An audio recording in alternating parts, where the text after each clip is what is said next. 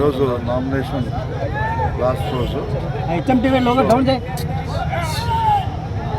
మేము ఈరోజు అంటే ఆఖరి రోజు కాబట్టి జనాలతో కలిసి ఈ యొక్క కార్యక్రమాన్ని మరి ముందుకు తీసుకోవాలనే ఉద్దేశంతో ఈ నామినేషన్ కార్యక్రమాన్ని ముందుకు తీసుకోవడం జరిగింది.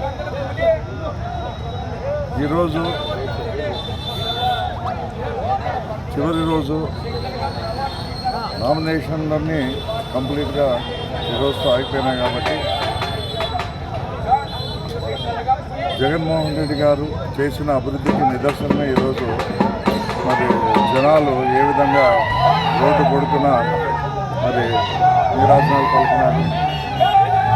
ఏది ఏమైనప్పటికీ కూడా జగన్ ప్రపంచం రెట్టింపు అయిందనే దాంట్లో ఎటువంటి సందేహం లేదు. జగన్ గారి మన ప్రియతమ ముఖ్యమంత్రి గారు నిజంగా మేము మామూలుగా జనరల్గా ఒక పార్టీ 5 సంవత్సరాలు పరిపాలన చేస్తే కొంత యాంటీ ఇన్కంబెన్స్ ఉంటుంది.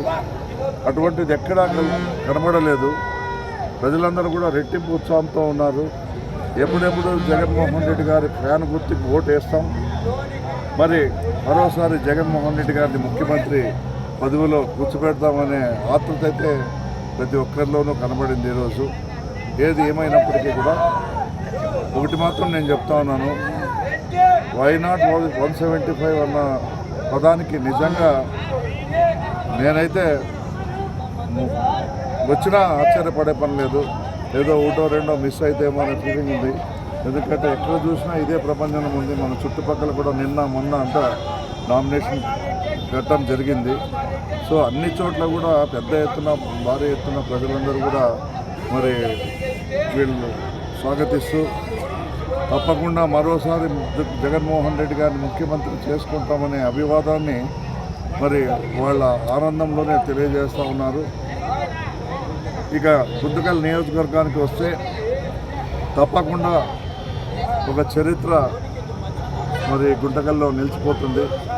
ఇంతవరకు ఏ అభ్యర్థి కూడా 2 సార్లు మరి గెలిచిన దాఖలాలు అయితే లేవు.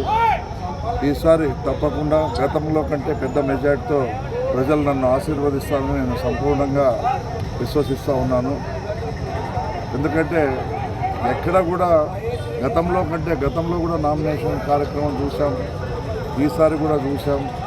ప్రజలు ఇంత మండు టెండల్లో కూడా మరి ఆహ్వానాన్ని చాలా ఉత్సాహంగా సంతోషంగా మరి నామినేషన్ కార్యక్రమాన్ని మరి ఎంత గొప్పగా ముందుకు తీసుకున్న ప్రజలకు నిజంగా నేను హ్యాట్స్ ఆఫ్ చెప్తా ఉన్నాను.